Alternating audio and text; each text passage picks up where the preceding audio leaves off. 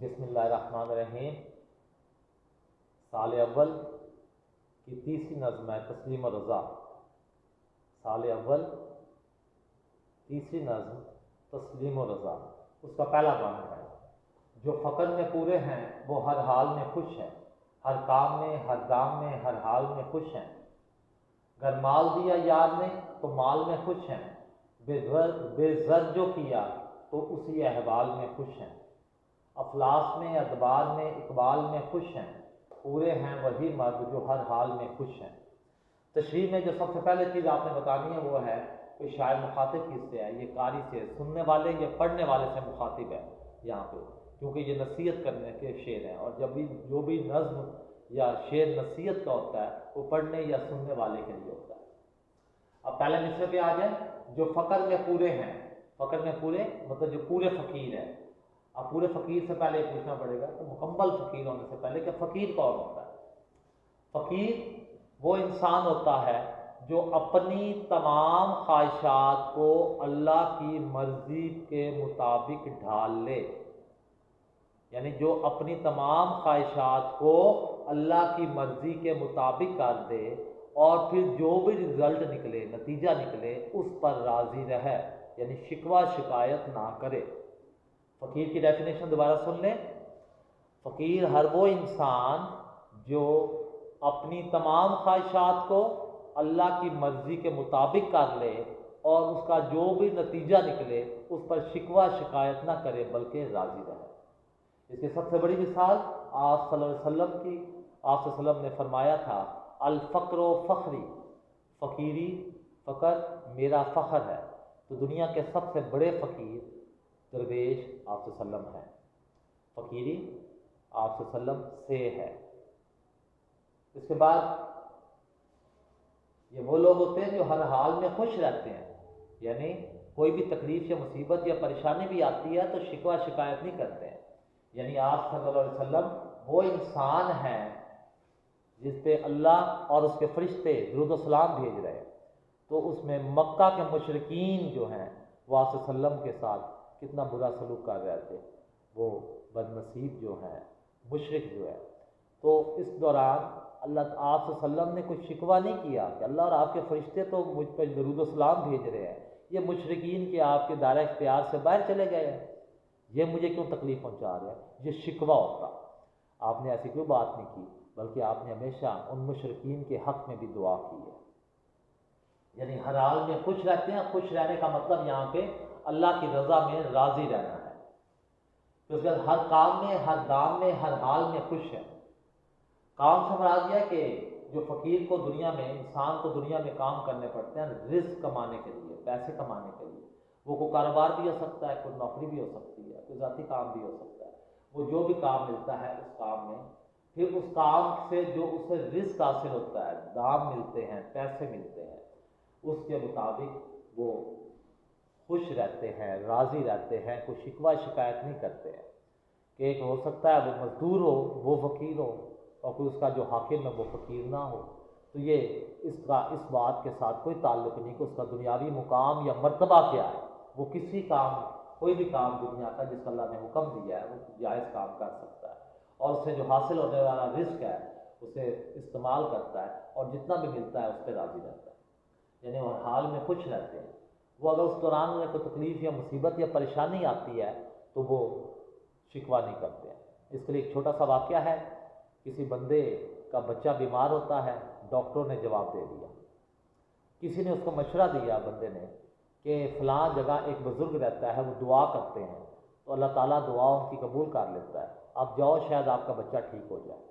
وہ آدمی اس بچے کو لے کے اس بزرگ کے پاس جاتا ہے، بزرگ دعا کرتا ہے، اللہ تعالیٰ مہربانی فرماتے ہیں، بچہ ٹھیک ہو جاتا ہے۔ کچھ عرصے بعد وہ ویسے ہی اس بزرگ سے ملنے کے لیے جاتے ہیں، تو بزرگ خود بہت شدید بیمار تھے، تو وہ بندہ انہیں کہتا ہے کہ آپ اپنے لیے دعا، اپنی صحت کے لیے دعا کریں۔ تو وہ کہتے ہیں کہ میں نے دعا کی تھی، جواب ملا ہے کہ پہلے یہ فیصلہ کرو کہ یہ جسم تمہارا ہے یا میرا ہے۔ جب تم نے اپنا آپ میرے حوالے کر دیا تو پھر میں اسے بیمار رکھوں یا ٹھیک رکھوں، تندرست رکھوں، تم درمیان میں اس پہ بات نہیں کر سکتے۔ تو لہٰذا جو معاملہ بھی ہوتا ہے اسے اللہ تعالیٰ کی طرف سے سمجھتے ہیں اور ہر حال میں خوش رہتے ہیں۔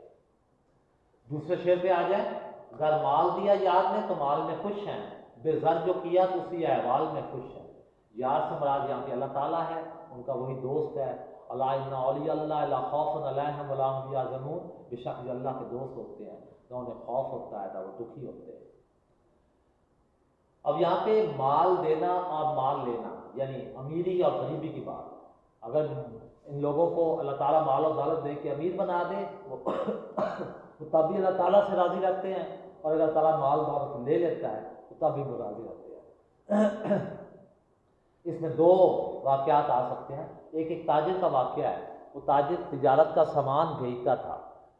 ایک بار ایسے ہوا اس نے ایک قافلہ بھیجا تجارت سامان دے کے، تو کچھ دیر بعد اس کے ملازم نے آ کے بتایا کہ ڈاکوؤں نے وہ قافلہ لوٹ لیا ہے۔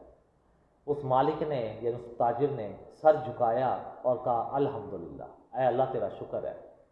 ملازم چلا جاتا ہے، کچھ دیر بعد یا کچھ گھنٹوں بعد وہ ملازم دوبارہ آتا ہے اور دوبارہ آ کے کہتا ہے کہ وہ جو ہمارے گارڈز تھے، حفاظتی دستہ تھا، وہ پہنچ گیا وقت پہ، انہوں نے کافروں کیا نام ہے ڈاکوؤں کو مار دیا ہے، سارا سامان واپس دے لیا۔ وہ بندہ دوبارہ سر جھکاتا ہے اور کہتا ہے الحمدللہ، اللہ تیرا شکر ہے۔ ملازم اس سے پوچھتا ہے کہ مجھے سمجھ نہیں آئی کہ مال چھن گیا تب بھی شکر ادا کیا، مال مل گیا تب بھی شکر ادا کر رہے ہو۔ وہ تاجر کہتا ہے کہ تمہیں دونوں شکر کا مطلب سمجھ نہیں آئی۔ جب تم نے پہلی دفعہ آ کے بتایا کہ مال چھن گیا ہے، میں نے اپنے دل سے پوچھا تمہیں مال چھننے کا دکھ تو نہیں ہے؟ میرے دل نے کہا نہیں، اللہ تعالیٰ کا دیا ہوا مال تھا، اس نے واپس دے لیا۔ میں نے شکر ادا کیا کہ اللہ تعالیٰ میرے دل میں مال کی محبت نہیں ہے، میں تمہاری رضا پہ راضی ہوں۔ پھر جب تم نے مجھے دوبارہ آ کے بتایا کہ وہ مال مل گیا ہے، تو میں نے پھر اپنے دل سے پوچھا کہ کیا تم میں غرور اور تکبر تو نہیں آ گیا، چھنا ہوا مال واپس مل گیا؟ تو اس پہ دل نے کہا کہ نہیں، نعمت اللہ تعالیٰ کی اور کفران نعمت نہیں کی جاتی۔ تو میں نے شکر ادا کیا کہ میرے دل میں اللہ کے احکامات کی پابندی ہے، مال سے محبت نہیں ہے۔ یعنی دونوں حالتوں میں خوش رہتے ہیں۔ سیم یہی حضرت ایوب علیہ السلام جو پیغمبر ہیں، ان کا واقعہ بھی ہے تو بہت مالدار تھے، بہت جائیداد تھی، بہت مال مویشی تھے، بہت کثیر الاولاد تھے، اور وہ ایک وقت آتا ہے کہ ساری کی ساری چیزیں ختم ہو جاتی ہیں، اور یہ خود حضرت ایوب رضی اللہ تعالیٰ بہت بیمار ہو جاتے ہیں۔ کئی سال کہا جاتا ہے کہ 14 سال وہ بیمار رہے ہیں، سوائے ایک بیوی کے کوئی پاس نہیں تھا، سب اولاد مر گئی تھی، اور تمام مال دولت جائیدادیں جو باغات مویشی تھے سب ختم ہو گئے، لیکن انہوں نے کبھی کوئی شکوہ شکایت نہیں کی، یہاں تک کہ اللہ تعالیٰ نے مہربانی فرمائی، وہ دوبارہ ٹھیک ہوئے اور انہیں دوبارہ مال و دولت اور تمام چیزیں مل گئی۔ اس کے بعد تیسری چیز، اگلا شعر، افلاس میں ادبار میں اقبال میں خوش ہیں۔ افلاس غربت کو کہتے ہیں، اس کی بہت ساری مثالیں ہیں صحابہ کرام کی زندگی میں سے بھی۔ ایک غزوہ خندق والا واقعہ بتا سکتے ہیں، صحابہ کرام کی زندگی میں مدینہ شریف سے واقعہ بتا سکتے ہیں، شاہ ابی طالب کا واقعہ بتا سکتے ہیں، وہاں پہ مسلمان کتنی غربت میں کہ کھانے کے لیے کچھ نہیں ہوتا تھا۔ مدینہ شریف میں بہت سارے صحابہ کرام ایسے تھے جن کے پاس غربت کی وجہ سے کھانے کے لیے ہوتا تھا، کئی کئی وقت فاقے کرنے پڑتے تھے۔ اور غزوہ خندق میں تو یہ حال تھا کہ صحابہ کرام نے سینے پہ پیٹ پہ پتھر باندھے ہوئے تھے، تو آپ صلی اللہ علیہ وسلم نے دکھایا کہ آپ صلی اللہ علیہ وسلم نے 2 پتھر پیٹ پہ باندھے ہوئے تھے۔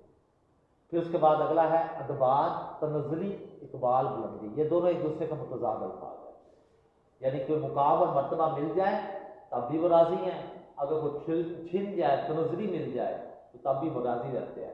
یہ حضرت خالد بن ولید کا واقعہ ہے کہ ساری زندگی وہ سپہ سالار رہے، ان کا یہ ریکارڈ ہے کہ زندگی بھر وہ کوئی جنگ نہیں آ رہے۔ تو حضرت عمر فاروق رضی اللہ تعالیٰ کے زمانے میں لوگوں جو نو مسلم تھے، نئے لوگ مسلمان ہو رہے تھے، اور کچھ لوگوں کے ذہن میں یہ خیال آیا اور دیکھا انہوں نے کہ جس جنگ کی سپہ سالاری حضرت خالد بن ولید کرتے ہیں وہ مسلمان وہ جنگ جیت جاتے ہیں، اور بہت سارے مجاہدین کوشش کرتے تھے کہ خالد بن ولید کے لشکر میں شامل ہوں۔ جب یہ بات حضرت عمر فاروق رضی اللہ تعالیٰ کو پتہ چلی، حضرت عمر فاروق رضی اللہ تعالیٰ نے حضرت خالد بن ولید کو اس عہدے سے ہٹا دیا، سپہ سالاری کے عہدے سے ہٹا دیا جو پچھلے کئی سالوں سے 10 12 15 سالوں سے تھے، اور نے کہا کہ آئندہ عام سپاہی کی حیثیت سے لڑنا ہے۔ تو باقی زندگی انہوں نے عام سپاہی کی حیثیت سے لڑے، انہوں نے کوئی شکوہ یا شکایت نہیں کی اپنی تنزلی پہ، جو بلندی پہ تھے تب بھی راضی تھے جب سپہ سالار تھے، اور جب وہ عام سپاہی بنا دی گئے تب بھی وہ راضی تھے۔ اور آخری مصرع اس بند کا، پورے ہیں وہی مرد جو ہر حال میں خوش ہے، یعنی اصل میں مرد کہلانے کے حقدار ہی وہی ہیں جو ہر حال میں خوش رہتے ہیں، شکوہ شکایت نہیں کرتے ہیں۔ یہاں پہ شاعر نے لفظ مرد استعمال کیا، مرد سے مراد وہی فقیر ہے، درویش ہے، انسان ہے، اسے کچھ بھی کہہ دے، اصل میں یہ وہ مقام اور مرتبہ ہے، یعنی اللہ تعالیٰ نے جو فرشتوں سے کہا تھا میں زمین پہ اپنا اسسٹنٹ، نائب، اپنا خلیفہ بنانے لگا ہوں، تو اس خلیفہ کے اندر، اللہ کے نائب کے اندر جو کوالٹیز ہونی چاہیے وہ کوالٹیز ان لوگوں میں پائی جاتی ہیں، اور شاعر کہتا ہے کہ اصل میں وہی مرد کہلانے کے حقدار ہیں جو کبھی بھی اللہ تعالیٰ سے کسی بھی حالت میں شکوہ شکایت نہیں کرتے ہیں، اپنی تمام خواہشات کو اللہ تعالیٰ کی مرضی کے مطابق ڈھال لیتے ہیں۔ یہ تھا آپ لوگوں کا پہلا معنی۔ اس کے بعد بند نمبر 2، گر یار کی مرضی ہوئی سر جوڑ کے بیٹھے، گھر بار چھڑایا تو وہیں چھوڑ کے بیٹھے۔ سب سے پہلے اس کی تشریح میں مخاطب کس سے ہے؟ شاید قاری سے مخاطب ہے، قاری سننے والا، پڑھنے والا، تو مخاطب ہو کے سب سے پہلے یہ بات کس کی ہو رہی ہے؟ فقیروں کی بات ہو رہی ہے۔ یہ بالکل جیسے یہاں پہ ہم نے بتایا تھا پہلے کہ فقیر کون ہوتا ہے؟ فقیر ہر وہ شخص جو اپنی تمام خواہشات کو اللہ تعالیٰ کی مرضی کے مطابق کر لیتا ہے اور اس کا جو بھی نتیجہ نکلے شکوہ شکایت نہیں کرتا، وہ فقیر ہوتا ہے۔ پھر آپ صلی اللہ علیہ وسلم کا کہ آپ صلی اللہ علیہ وسلم نے فرمایا تھا فقر جو ہے، فقیری جو ہے میرا فخر ہے، اور آپ صلی اللہ علیہ وسلم نے ساری زندگی فقیری میں زندگی گزاری ہے، کبھی دولت یا عمارت کو پسند نہیں فرمایا۔ آگے آتا ہے، ہم اس شعر کی طرف اب آتے ہیں کہ یار کی مرضی ہوئی، یار سے مراد یہاں پہ بھی اللہ تعالیٰ ہے، جن لوگوں کا جو دوست ہوتا ہے وہ اللہ ہوتا ہے۔ الا ان اولیاء اللہ لا خوف علیہم ولا هم یحزنون، یعنی کہ اللہ تعالیٰ کے جو دوست ہیں، ولی ہیں، ان کو کوئی خوف اور دکھ نہیں ہوتا ہے، اللہ تعالیٰ کے وہ دوست ہوتے ہیں، اللہ انہیں دوست سمجھتا ہے، وہ اللہ کو دوست سمجھتے ہیں۔ اب اللہ کی مرضی ہے کہ وہ سر جوڑ کے بیٹھے، یعنی اکٹھے بیٹھے۔ اکٹھے بیٹھنے کا مطلب ہے مل جل کر رہنا، گھر والوں کے ساتھ رہنا۔ تو یہ مکہ شریف کی زندگی ہے جہاں پہ مسلمانوں کی بہت خواہش تھی کہ وہ کہیں جائیں، لیکن انہیں حکم کیا تھا کہ اپنے لوگوں کے درمیان رہیں، یعنی صحابہ کرام کی جو مکہ زندگی تھی، مکی زندگی تھی، اس میں صحابہ کرام میں سے اگر باپ مسلمان ہوا ہے تو باقی سارے گھر والے مشرک ہیں، بیٹا مسلمان ہوا ہے تو باقی سارے گھر والے مشرک ہیں، ایک ہی گھر میں مشرکین بھی رہ رہے ہیں، ایک ہی گھر میں مسلمان بھی رہ رہے ہیں، اور بڑی مشکل سے وہ اپنی زندگی کو گزارتے تھے، لیکن اللہ کا حکم تھا کہ اس کو یہیں پہ رہنا ہے، اور مشرکین سے لڑنا نہیں ہے، ان سے بحث نہیں کرنی ہے، ان کو صرف پیار سے، نرمی سے اسلام کی تبلیغ کرنی ہے۔ جب اللہ تعالیٰ کا حکم تھا اکٹھے رہیں تو اکٹھے رہیں۔ گھر بار چھڑایا تو وہیں چھوڑ کر بیٹھے، یعنی گھر بار چھڑانے کا مطلب کیا؟ ہجرت کر دیں، وہاں سے چلے جائیں، گھر کو چھوڑ کے چلے جائیں، تو یہ ہجرت کا واقعہ ہے۔ جب اللہ تعالیٰ کا حکم آیا کہ ہجرت کر جائیں تو فوراً تمام مسلمان اسی حالت میں ہجرت کر گیا، اور مکہ شریف سے مدینہ چلے گئے، خالی ہاتھ چلے گئے، وہاں پہ انہوں نے کوئی مال و دولت، سامان، کس چیز لینے کی ضرورت محسوس نہیں کی، یعنی جب تک اللہ کا حکم تھا وہ لوگوں میں اپنے مشرکین رشتہ داروں میں رہے، جب اللہ کا حکم آیا تو علیحدہ مدینہ شریف ہجرت کر کے چلے گئے۔ موڑا انہیں جدھر وہیں منہ موڑ کر بیٹھے۔ یہ جو ہے موڑا انہیں جدھر، منہ موڑنے کی بات ہے، ویسے تو یہ ہے کہ اچھے حالات، برے حالات، جس کی طرف اللہ منہ موڑ دے وہ اس کی طرف چلتے ہیں، لیکن یہ ایک واقعہ بھی ہے خانہ کعبہ کی تبدیلی کا واقعہ، کہ جب کعبہ کی تبدیلی کا واقعہ، کہ جب کیا نام ہے، پہلے مسلمان بیت المقدس کی طرف منہ کر کے نماز پڑھتے تھے، بعد میں یہ ہوا کہ اللہ تعالیٰ کے نماز ظہر کی 2 سنتیں پڑھ چکے تھے، یعنی 4 سنتیں، اس میں سے 4 فرض پڑھ رہے تھے، 2 فرض پڑھ چکے تھے، جب اللہ تعالیٰ کی طرف سے آیت نازل ہوئی آپ صلی اللہ علیہ وسلم پر کہ اپنے منہ خانہ کعبہ کی طرف موڑ لو، تو وہیں پہ آپ صلی اللہ علیہ وسلم نے نماز کی حالت میں ہی اپنا منہ خانہ کعبہ کی طرف، مسجد بیت المقدس سے اپنا منہ خانہ کعبہ کی طرف موڑ لیا۔ یہ بالکل الٹ ہے، 180 ڈگری سینٹی گریڈ کا زاویہ بنتا ہے۔ تو صحابہ کرام نے بغیر نماز توڑے پیچھے اپنی لائنوں کو سیدھا کر لیا، قطاروں کو، اور نماز کو مکمل کیا۔ تو یعنی جب اللہ کا حکم ہوا خانہ کعبہ کی طرف منہ کر کے نماز کرو، فوراً ایک لمحہ بھی ضائع نہیں کیا اور اپنا منہ خانہ کعبہ کی طرف موڑ لیا، تو اللہ کا جہاں منہ کرتا وہیں منہ موڑ کے بیٹھ جاتے ہیں وہ۔ اگلا یہ جو مصرع باقی ہے، گدڑی جو سلائی تو وہی اوڑھ کے بیٹھے، اور شال اڑائی تو اسی شال میں خوش ہے۔ یہ وہی بات ہے جو پچھلے دوسرے شعر میں کی گئی ہے کہ گدڑی شال سے مراد ہے غریبی اور امیر۔ یہ واقعات جو ہم نے یہاں پہ بتائے ہیں وہ یہاں پہ بھی ہے، کوئی تاجر والا واقعہ بھی یہاں بتا سکتے ہیں، اور ایوب علیہ السلام کا واقعہ بھی یہاں پہ بتا سکتے ہیں کہ اللہ تعالیٰ نے امیر بنا دیا ہے، مال و دولت، کیونکہ شال امیر کی علامت ہے، اور یہ جو گدڑی ہے یہ غریبی کی علامت ہے، کہ اگر غریبی لباس پہننے کے لیے نہیں ہے تب بھی وہ اللہ تعالیٰ سے خوش ہے، پیمند لگے ہوئے ہیں تب بھی اللہ تعالیٰ پہ راضی ہیں، اگر تعالیٰ نے اتنا مال و دولت دے دیا کہ وہ بڑوں لیڈرز کی طرح، وڈیروں کی طرح، حاکموں کی طرح کندھے پہ شال رکھتے ہیں، یہ نوبت آ گئی تو تب بھی اللہ تعالیٰ سے خوش رہتے ہیں۔ اور آخری پورے ہے وہی مرد جو ہر حال میں خوش ہے، یہ بالکل اسی طرح یہ سارا واقعہ یہ بار دوبارہ بتانا ہے کہ مرد سے مراد کیا ہے، مرد سے مراد اس نے فقیر، درویش اور انسان لیا ہے، یعنی مرد وہ ہوتا ہے جو اپنی خواہشات کو اللہ کی مرضی کے مطابق کر لیتا ہے، اور جو بھی رزلٹ نکلتا ہے اس پر کوئی شکوہ شکایت نہیں کرتا ہے۔ تو یہ وہ مقام ہے کہ اللہ تعالیٰ کے خلیفہ ہونے کا مقام اور منصب، یعنی وہ مقام جس کے لیے اللہ تعالیٰ نے انسان کو تخلیق کیا تھا۔